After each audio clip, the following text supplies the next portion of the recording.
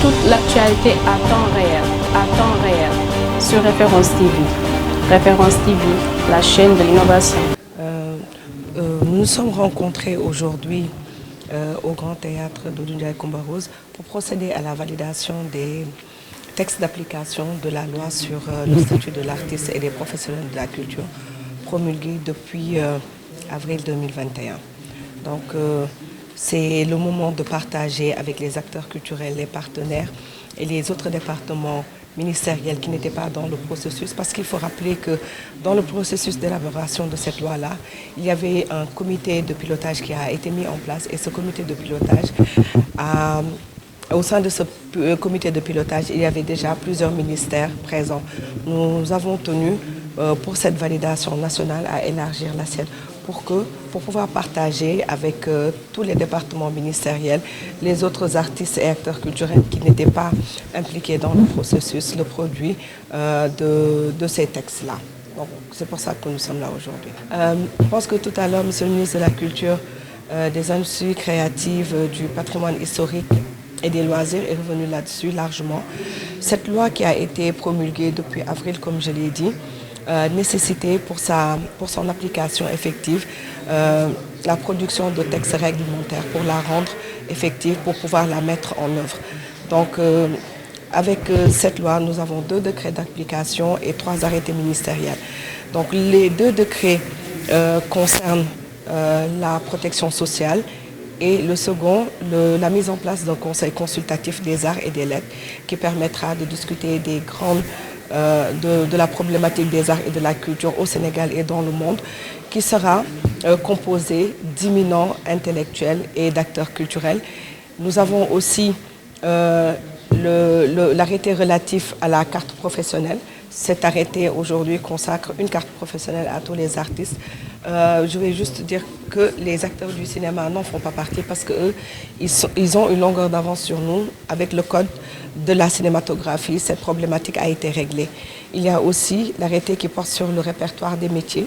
Donc aujourd'hui au Sénégal, nous avons un répertoire des métiers officiels, des métiers de la culture et des arts, et qui est en ligne. Et pour finir, nous avons l'arrêté relatif à la licence d'entrepreneur culturel.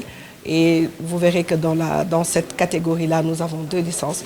Une licence pour les entrepreneurs culturels qui s'activent dans les activités générales, et une licence d'entrepreneur pour les organisateurs de spectacles. Parce qu'il faut dire que les 2 activités sont différentes et impliquent l'un comme l'autre des spécificités. Donc ce sont ces textes-là qui aujourd'hui font l'objet de cette rencontre-là, et le ministre de la Culture est venu partager ces textes avec tous les partenaires pour pouvoir procéder à la validation, les envoyer pour signature pour les décrets et signer lui-même les 3 arrêtés ministériels. Tout à fait, tout à fait. Peut-être qu'en énumérant tout à l'heure, je n'ai pas fait un arrêt sur le décret, sur l'un des décrets les plus importants, qui est le décret sur la protection sociale, et qui était attendu depuis longtemps.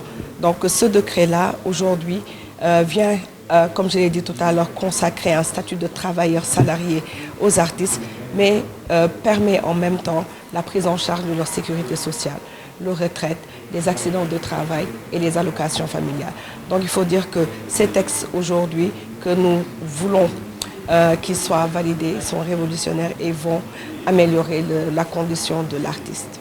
Dès que nous sortons, je pense que le ministre a pris l'engagement tout à l'heure de signer les 3 arrêtés. C'est ça qu'il peut signer. Et pour les décrets d'application, dès que nous sortirons de cet atelier-là, ils seront envoyés au secrétariat général du gouvernement. C'est ça la procédure pour arriver sur la table du président. Et nous espérons que la signature se fera rapidement, parce qu'il a été suffisamment informé sur la question. Je pense que ça, c'est l'information et l'avis le mieux partagé. Tout le monde sait que ce décret-là, cette loi-là déjà a été longtemps attendue, plus de 20 ans que nous courons derrière la loi. Et c'est pour ça que dès que le ministre de la Culture est arrivé, il nous a dit qu'il était hors de question que nous attendions autant de temps pour pouvoir produire ces textes d'application. Donc nous sommes évertués à rendre réelles ces instructions. Et aujourd'hui, nous avons la chance, l'opportunité de présenter ces textes aux acteurs culturels à qui ils sont destinés. nous sommes fiers d'avoir participé à ce processus, mais nous sommes heureux de voir qu'avec ces textes que nous allons adopter, le quotidien des acteurs culturels va s'améliorer. Nous vivons très près d'eux, nous vivons avec eux toutes les difficultés auxquelles ils sont confrontés. Et je pense que l'application de cette loi à travers la signature de ces textes réglementaires vient à son heure. Et nous sommes heureux de constater que tout le monde est motivé autour de ces textes d'application. Toute l'actualité à temps réel, sur Référence TV. Référence TV, la chaîne de l'innovation.